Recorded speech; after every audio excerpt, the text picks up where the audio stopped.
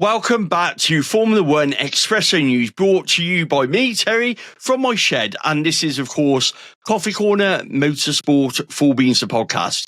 There is only one thing we can talk about this week, and that is Liam Lawson, Yuki Tsunoda, and that hot mess, which is the Red Bull's second seat. But before we get into all that, do me a favour, you'll see a notification button. There's either 3 dots at the top, click that one, or you'll see a like, subscribe, and then a little bell on the screen. Whichever one is available to you on the platform you're listening to this podcast on, do me an absolute favour and just hit that. It doesn't cost you anything. The only thing it costs you is one click of a button. So I would really appreciate it. It helps people actually realise the podcast is here. It helps boost the rankings. And who knows, it may even get me into the paddock one day. But things, strange things happen, don't they? But anyway, let's get into the Formula One Espresso News with me, Terry.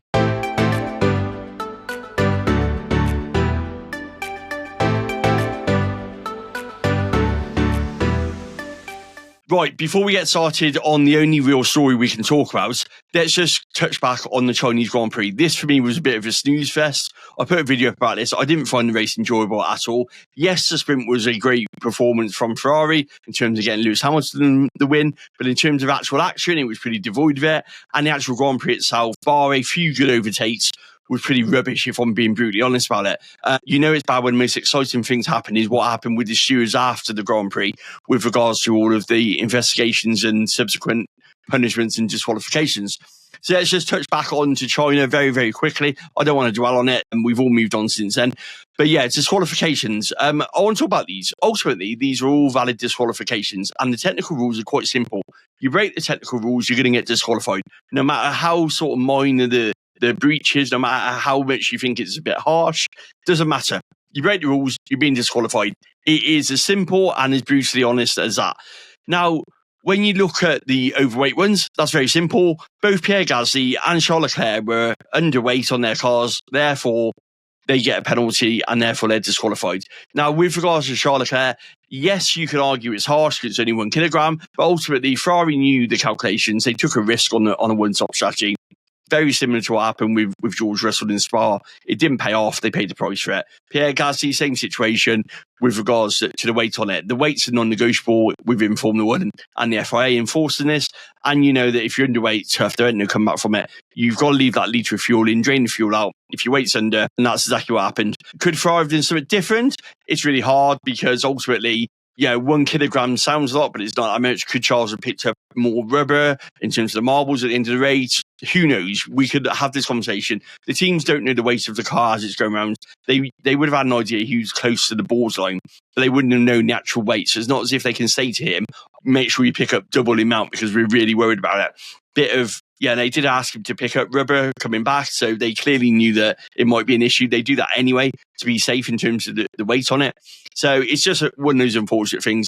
Either not enough fuel or likewise he burns off too much at the wrong point. The tyre strategy, whichever calculation got misplaced by both teams, it's a disqualification. Then we come on to obviously Lewis Hamilton and the plank. We're talking like millimetres. We're talking the size of a credit card. I see a lot of things about, Ferrari cheating. This isn't cheating. They don't set the cars up to cheat. What they do is they set the cars up to be on the very limit. These Formula One cars, every single millimetre extracts performance. That's why you have a fine line. That's why it's a disqualification, because ultimately they gained an unfair advantage by running that car too low, and therefore they are disqualified for it. But you don't set your car up to be disqualified. But what you do set your car up to be right on the maximum, on the limit, because you want to extract as much performance as you can to ultimately win a Grand Prix. That's what these Formula One teams do. It's a miscalculation. It's not deliberate. It's not cheating. It's a miscalculation, which was investigated. They're found guilty. They've been rightly disqualified. I keep hearing this talk about it was done deliberate or his sprint race is invalid. I did a video on this. The sprint race won't be invalid because ultimately there's not enough plank wear for a sprint race for it to be disqualified because there's only a third of the race distance. There's not enough fuel for the plank wear to be run that differently. You can now change the setup after part firming. We're not too sure if you can change the plank into part firming. It's been a bit of confusion on that one. The rules don't actually say either way, which makes me think you can actually change the plank if you wanted to, or at least the measurement parts of the Formula One car because you're out of part firming, which allows you to do it. There's nothing I can read in technical regulations that says you've got to keep the same plank all the way through. unless I've missed it in the subnote somewhere. It's certainly not the main bit, so that's a really interesting point. But ultimately, you wouldn't get a plank wear from a sprint race. That's why the FIA don't really check it after a sprint race, because there's not enough wear on it. The wear wouldn't have come from that part. It would have come from later on in terms of the Grand Prix being heavily laden and done that point. But is it cheating? No, it's not. It's running a risk and getting found out and getting disqualified. It's ultimately getting a calculation wrong. You would always calculate for a safety car normally to be in the mix, or some fuel saving, or whatever it is that Ferrari were banking on, which didn't happen. I don't see it as cheating. I see it as rightly disqualified for running the car. You don't set your car up to break the rules. You set your car up to be on the limit, and that's ultimately what happened with Ferrari. Simple as that. But let's get on to the main news. The news that's absolutely dominated Formula 1 this week is Liam Lawson dropped down to 𝐕𝐈𝐃 Racing Bulls after just 2 races in replace of Yuki Tsunoda, who's been promoted to the main seat for the Japanese Grand Prix onwards. A lot to talk about this one. The thing for me is there's 2 things. If Liam Lawson was the standout performer, the Red Bull made these big points in the winter saying that he had more potential, his mentality, all these things that Christian talks about, that hasn't disappeared over 2 races. I don't believe that for 1 minute. I believe there's a lot of factors that go into play here, and a lot of things that's kind of conspired against Liam. You look at the official statement from Red Bull today, the official statement is quite clear. We're doing it to protect Liam. We're doing it because actually we feel that Yuki at the moment gives us a better chance of developing the car with his experience, etc., etc. If all that was true, Yuki would have been in the car from the start of the 2025 season. Let's be brutally honest about that. This has been done because of what's happened. So Liam Lawson is underperforming. He's 20 in both his races, nowhere near the points, nowhere near helping Red Bull in that Constructors' Championship. Now, Red Bull are very lucky with the double Ferrari disqualification, because it means the gap at the top, and as bad as it would have been a lot worse if Ferrari's points had actually counted and they'd taken double points, whereas Red Bull would have got wherever Max finished, which was 4th, if I remember rightly. Yeah, so Max finished obviously 4th, and then Liam was all the way back down at the back end of the grid. But there are a lot of factors in play here, which is regarding Max Verstappen and what his future looks like. Money, which is always a part in Formula 1. Anybody who doesn't think money isn't part of this deal is just being naive. Money is always part of a Formula 1 deal. Why do you think it took 2 days for the news break and then the actual official announcement from Red Bull to the Formula 1 rules? That was 2 days of sorting out who's paying what and how much it's going to cost. That's why it took 2 days. There's a driver swap ultimately. That's something they can do. They hold all 4 contracts. It's something they can do instantly. So the reason it took 2 days, because they were basically signing everything with regards to how much Honda are paying. And that's the other point. Honda are paying a lot of money to get Yuki in this car. So Honda in the last year of this deal, they haven't got any influence, it seems, over the Aston Martin seats, with obviously Lance Stroll and Fernando Alonso tied in at least till the end of 2026. So this is their last hurrah as such with Red Bull Racing to try and get Yuki in that seat. There's talk of upwards of £10 million as a one-off payment. That goes a long way when your car's performing like the current Red Bull RB21 is performing. And what I mean by that is, if you've got Liam Lawson being 20th, then actually there's only one way. There's only one way, is it? There's one way up. If Yuki finishes 18th, 19th, he's performing better than Liam. With regards to the Honda deal, he's performing better than Liam, and you've got over 10 million quid in the bank, which helps you when you paid off a fortune to get rid of 𝐃𝐿, because he was performing badly last season. So ultimately, Red Bull, since Dietrich died, has changed its mentality. It's no longer a racing team as such. It's now run by a board of directors. It's now run by a motorsport team. It's not run as it used to be with Helmut and Christian going straight to Dietrich saying, this is what I want to do. There are people to answer to. There are money men to answer to. There are sponsors to answer to. And ultimately, when you've got one of your sponsors who's on their way out the door offering you upwards of £10 million to put a driver in a seat, and your current driver is performing 20th on the grid, you're going to look at that and go, do you know what? This ain't a bad deal, is it? Whether or not it's harsh on Liam or not, that's the fundamental bottom line. That 10 million plus is going straight onto the Red Bull profit loss form, which when you've paid off 𝐃𝐿 and paid off Daniel Ricciardo somewhere along the line as well, that goes a long way, believe you me. When the money men are making the calls, or money women, I should say, when they're making the calls, that's where it goes. Now, with regards to Liam, yes, it will help him go back to 𝐕𝐃, develop him, etc., etc. Of course, that's going to be the official line. There's also Max Verstappen's contract to talk about and think about. Now, I did a video on this morning. You know, when you get that penny drop moment, that happened to me while I was sat in a cup of coffee this morning. I was like, Max Verstappen, performance clauses. Now, Max's camp is apparently unhappy with Liam going. They think that actually he was a better driver and that he was better suited to the car and that Max wanted him as a partner. He didn't want Yuki. What also might give you a inkling into why Yuki didn't get the promotion in the first place. Whatever people say about Max and contracts and what's in his contracts and what clauses he's clearly got influence within Red Bull, and Red Bull want to keep Max happy. That's fundamentally clear with everything that happened last year with obviously the Christian scandal. You've then got Adrian leaving, you got Jonathan Wheatley leaving, you got very high-profile Rob Marshall going, you've got very high-profile exits from Red Bull, and you don't want Max Verstappen being the latest in that high-profile exits. Now, we know that Max has got performance clauses in his contract. It's something that's been openly talked about from Max's team. It's been openly talked about from Helmut Marko before and Christian themselves. So with regards to his performance clauses, very similar to Checo's, but on the other boot. So with Checo's, it would have been he needs to score a certain position to keep his seat. With Max's, he's ultimately been given a multi-year contract for about 6 years, and he wants some assurances that Red Bull are going to be up to scratch in that period of time to sign such a long contract. So ultimately, in Max's contract, it will be the opposite. It will say that Red Bull have to be at a certain point in the Constructors' Championships before Max can leave and nothing.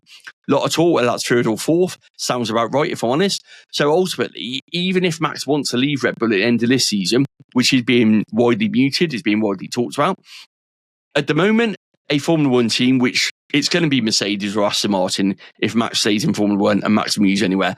The realistic opportunity of him going elsewhere isn't really there at the moment in terms of cash. They're the two teams who I keep saying can afford Max. Now, at the moment, they would have to buy Max out, which would cost a lot of money, a couple of years left on his Red Bull contract. You know, there would be a penalty for Max coming out of that contract early, which someone like Aston Martin or Mercedes would have to reach and then pay Max themselves. Would they reach it? Probably, if I'm honest, if there was an opportunity to get Max, yes, you would break the bank.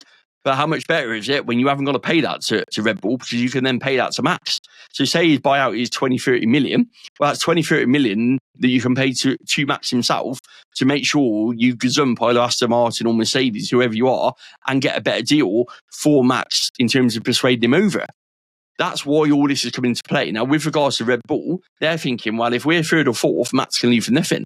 All of that time, effort, all that money we spent, we've ultimately got a driver who's going to head out the exit door. We're not going to get a penny for him. And you know what? Yes, we might replace him. Yes, there are people who could come in and do a job, but they wouldn't do as good a job as Max. He's the best driver on the Formula 1 grid currently. So how do you replace the best person? It's like the ultimate insult, isn't it? We're going to lose our star driver and also lose any compensation for him because of where the car's performing. That is not a position where, if you're answering to a board of directors and a motorsport board, Christian wants to be in that position. He doesn't want to go and sit in front of a board and go, oh yeah, by the way, we've lost Max Verstappen. Yeah, in terms of compensation, we didn't get any because our car was that crap that he can walk away for nothing. Don't look good, does it? And that's why all this is being muted about. Now, does Max want Liam to stay because actually he wants that clause to be in effect because he wants to get out? He's seen what's happening with the 2026 regulations and the engines. We know Max isn't a fan of the regulations. Red Bull, when the teams are arguing for V10 to come back. Now, if you're arguing for an engine to come back, that's because you're not happy with your current engine. Let's be honest about that one. If you're happy with your current engine going into 2026, you would not be siding with the FIA with regards to tearing up the engine regulations and producing a new one. You don't need to be a genius or a rocket scientist to work that one out. The teams who are complaining about the new engines and the teams who want to return to V10 and a change to the engine regulations are the teams who are struggling with their 2026 engines. Pure and simple. It's as simple as that. This is Formula One. This is politics. This is how it works. If you've got a dominant engine, or you think you've got a dominant engine, and you've cut the regulations, and you're happy with your output, happy where your engine is, you ain't going to be knocking on the FIA's door going, oh, by the way, can we change the engine regulations, are you? Think about that one for just a second. You know, that's the way it is, unfortunately. Now, with regards to this move, it's, yeah, like I say, it's money orientated, it's Max orientated, it's a good PR. You know, Red Bull want to take the pressure off. Yuki will ride into Japan on an absolute wave, as you can imagine. The pressure, is it on him? Is it not on him? Ultimately, with Liam performing P20, all Yuki has to do is get into the top 10, and suddenly he's going to look like a hero, isn't he, in that second Red Bull? Which sounds bonkers when you think about it. But that, yeah, if he picks up points, then actually it's an inspired move. It's a great start. We know upgrades will come to the RB21. Yuki will get the benefit of that. So very similar to what we saw with Williams. Obviously, when they binned off Logan Sargent, Franco Colapinto come in. And when Franco joined the team, he joined the team at a point when they produced all the upgrades on the car. So yes, there's an argument that Franco is a better driver than Logan, but also Franco had a much better car to drive than what Logan had. So therefore, he could get results straight away because the car's capable of getting that. Yuki's going to be in the same sort of situation. We're about to hit a triple header. Once all the upgrades hit, general consensus is that Red Bull will address some of the concerns and make the car faster. Yuki will be a direct beneficiary of that one and will then look like an inspired choice because suddenly everyone's like, wow, look at that, Yuki's performing brilliant in that Red Bull. Now, that's not saying he's not going to perform better because that car is certainly capable of points, but ultimately, all of those points together help you sell a narrative of why you made the driver change, why you put Yuki in there. And if all those factors, like I said, were a factor, why didn't Red Bull go over in the first place? We know that Liam has got tie-ups with the Ford deal in terms of the future of Red Bull. We know that they were reluctant to put Yuki in because at the end of the Honda deal, because Honda underwrite his contract, or certainly did up until this season.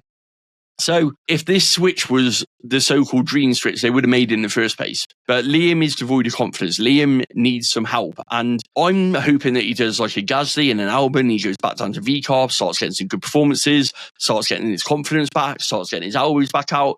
It'd be great if you finished with Yuki, wouldn't it, in terms of the popcorn moment we're going to see.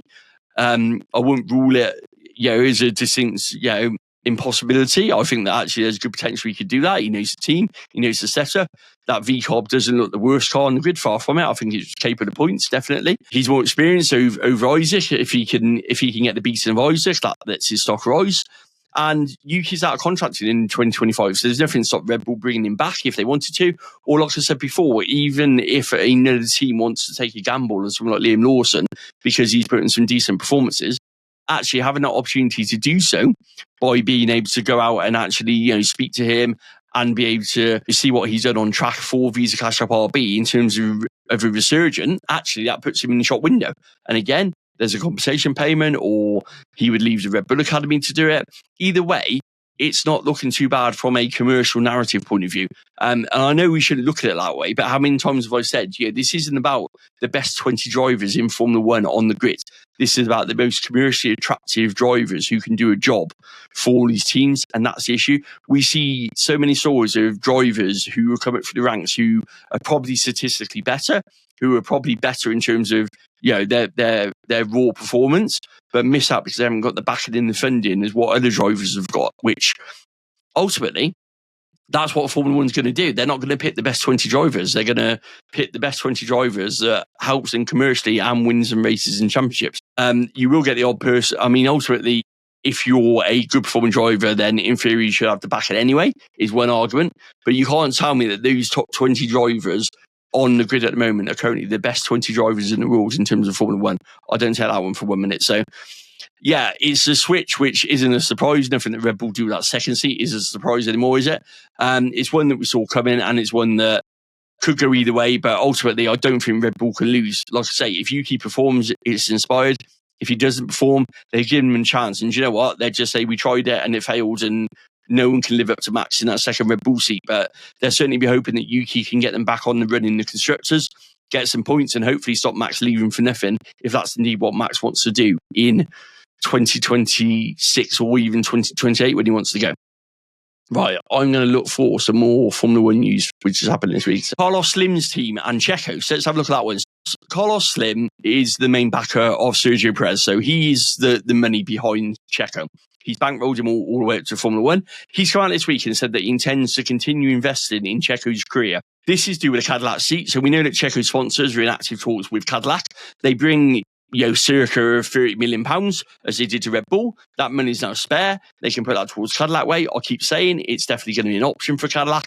Will he go there? I don't know. Depends what Cadillac want to do. But if you're a new team coming into Formula One, having £30 million worth of 𝐃𝐒's money coming into your coffers isn't a bad move, is it? Let's be honest about it. So I'm fully expecting this to carry out playing. I think it's up to Cadillac. I think 𝐃𝐒's on a sponsor silence at the moment because he doesn't want to risk, annoying Red Bull or annoying his chances to come back in the Formula One paddock. So I think that the fact that we've seen 𝐃𝐒 sort of disappear into the background is probably telling of 𝐃𝐒's mentality. He wants to come back.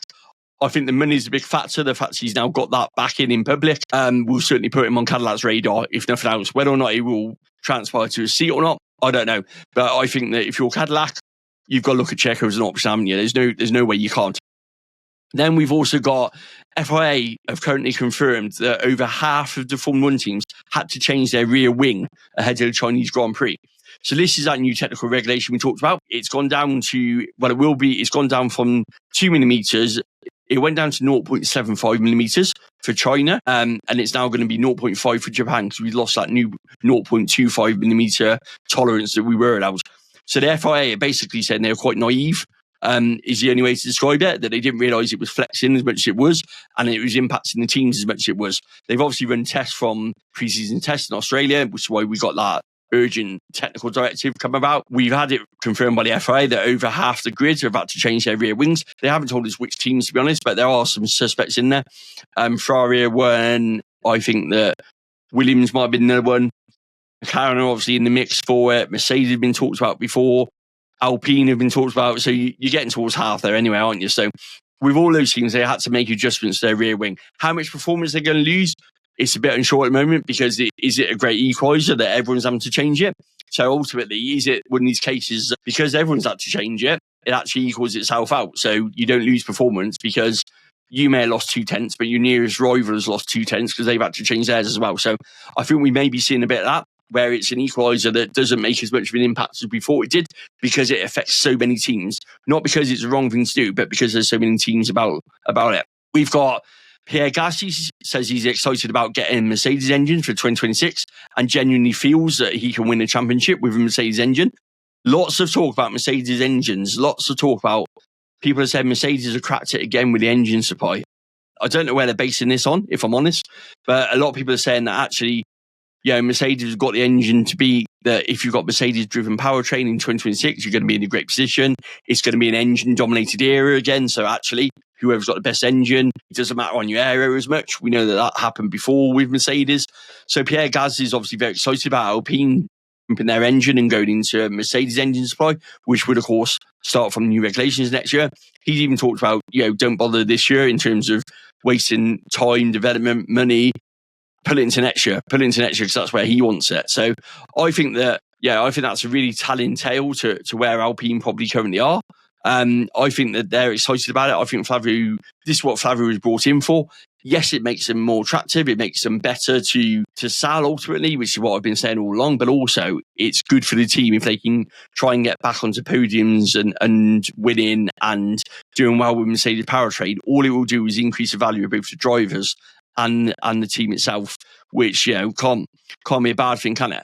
We've got Hungaroring redevelopment is ahead of schedule, so if you haven't already, head on over to X, check out the Hungaroring sort of redevelopment that's going ahead.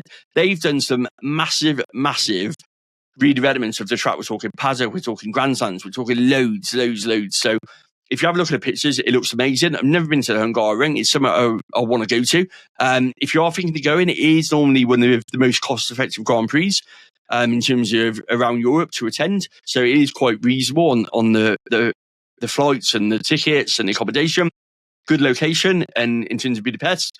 So if you are thinking about going, you could go to a worse Grand Prix, to be honest. They've got their main grandstand tickets should go on sale in the next week or so. I think they've held off making sure the redevelopment was going to be completed before they actually put the tickets on sale. But they should go on sale in the next week or so. So if you are thinking of going, maybe worth having a look because it may look sold out, but actually it's not sold out because they've been holding back some tickets. So definitely worth going on about it. Formula 1 reached out to Fred Vasseur after failing to show Lewis's message. So this one took a lot of controversy, this one. So this one is about the swap between Charles and Lewis.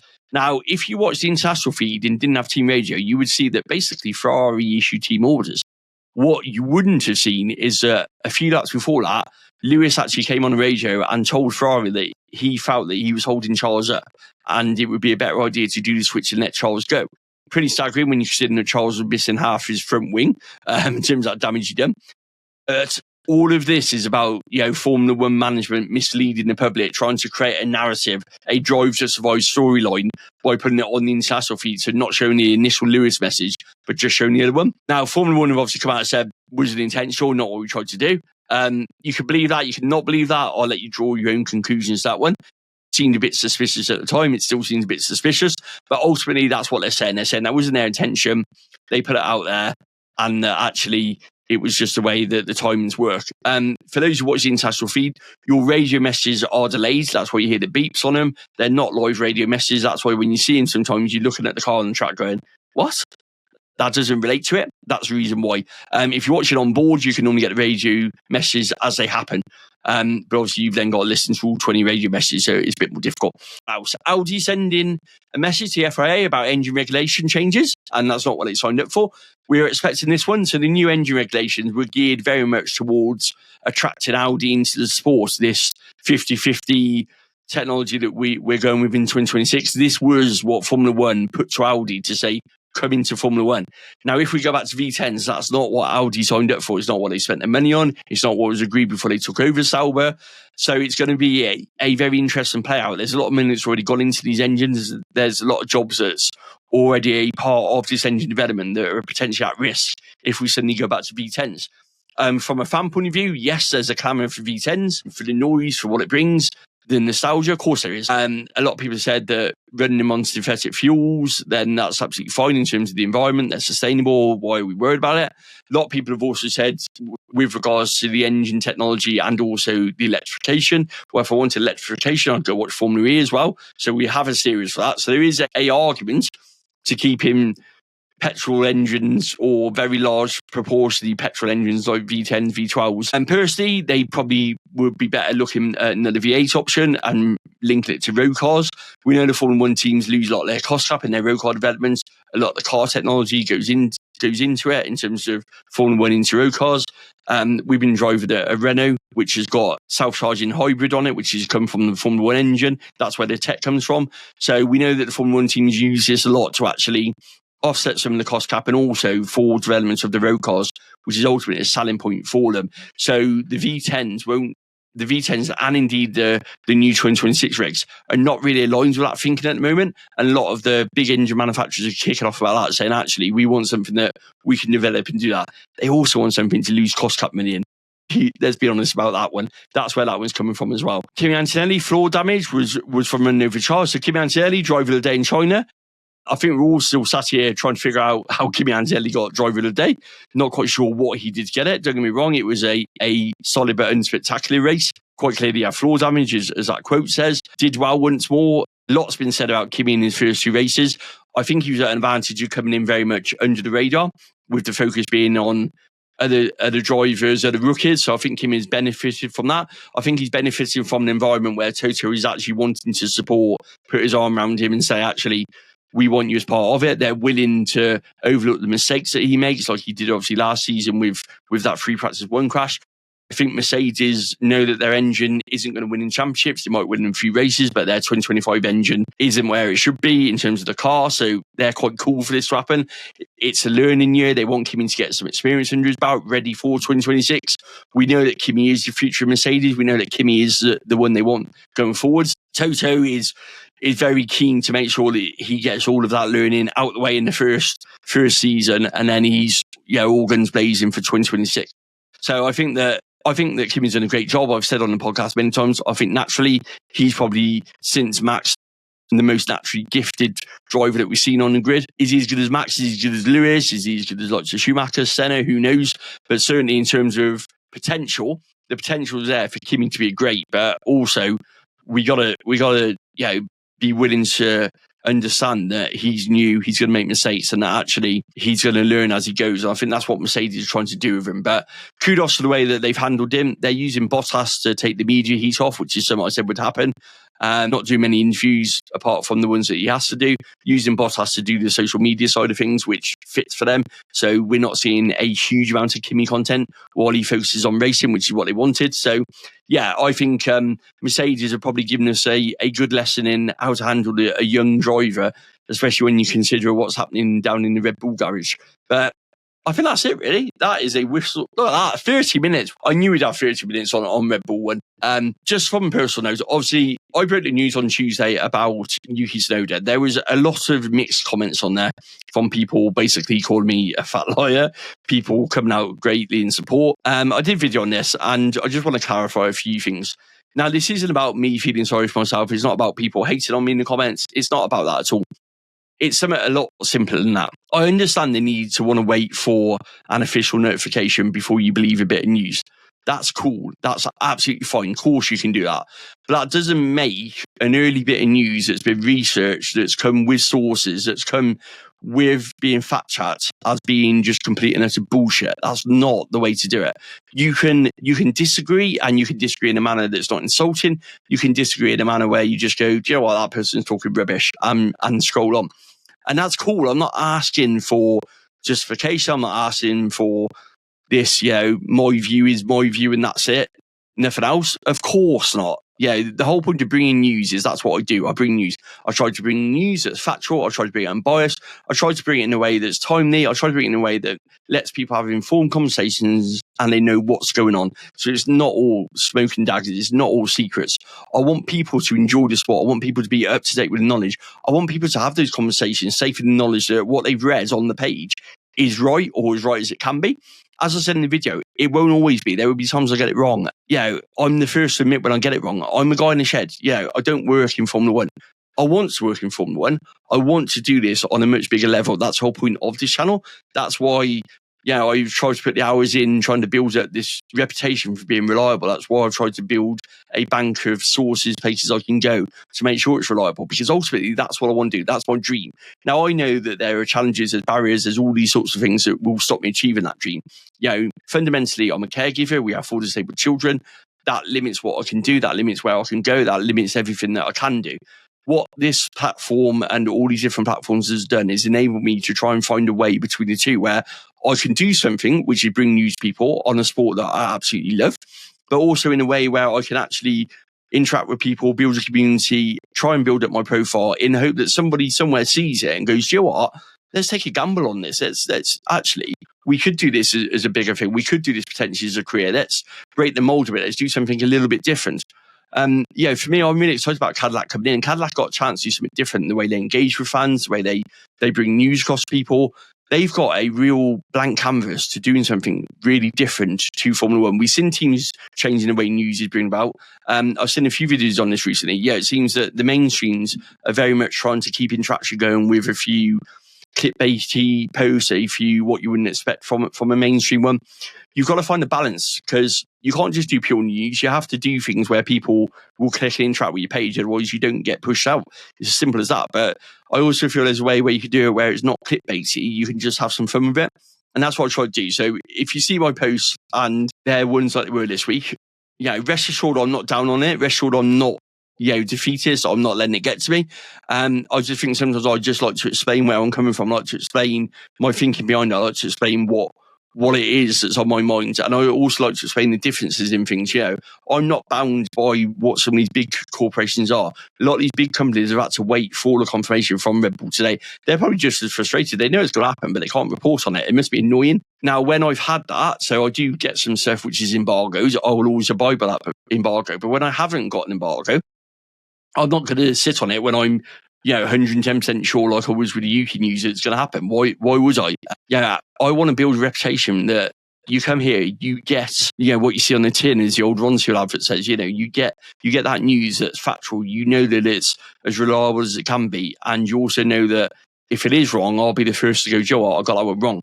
I just want to explain that a little bit. I just want to explain a bit about it all and this journey. The website's up and running. The website's had over 1,000 hits already since it got launched in January, so shameless plug there. If you head on over to www.coffeecallingmotorsport.com, you'll see articles, you'll see your latest podcast, you'll see a bit on the social media. I really want to do something different. I've always wanted this channel to be something different, and I firmly believe that potentially we could do news in a very different way, and news in a way that's really interactive, and news in a way that really helps people to understand the sport a lot better, understand why these decisions are made, understand the thinking behind these things. I really want people to get that. I really want to be able to share that with everybody and not gatekeep it. I think that's really wrong when people gatekeep stuff. I want it to be just out there in the open. And I want people to feel comfortable. They can ask questions, that they can probe, they can press, they can get an opinion on something. That's not to say the opinion is right, but just get a point of view on it and get an answer for that. So that's the reason behind it. That is why Coffee Corner was created, for that whole purpose. Ultimately, I'm a fan.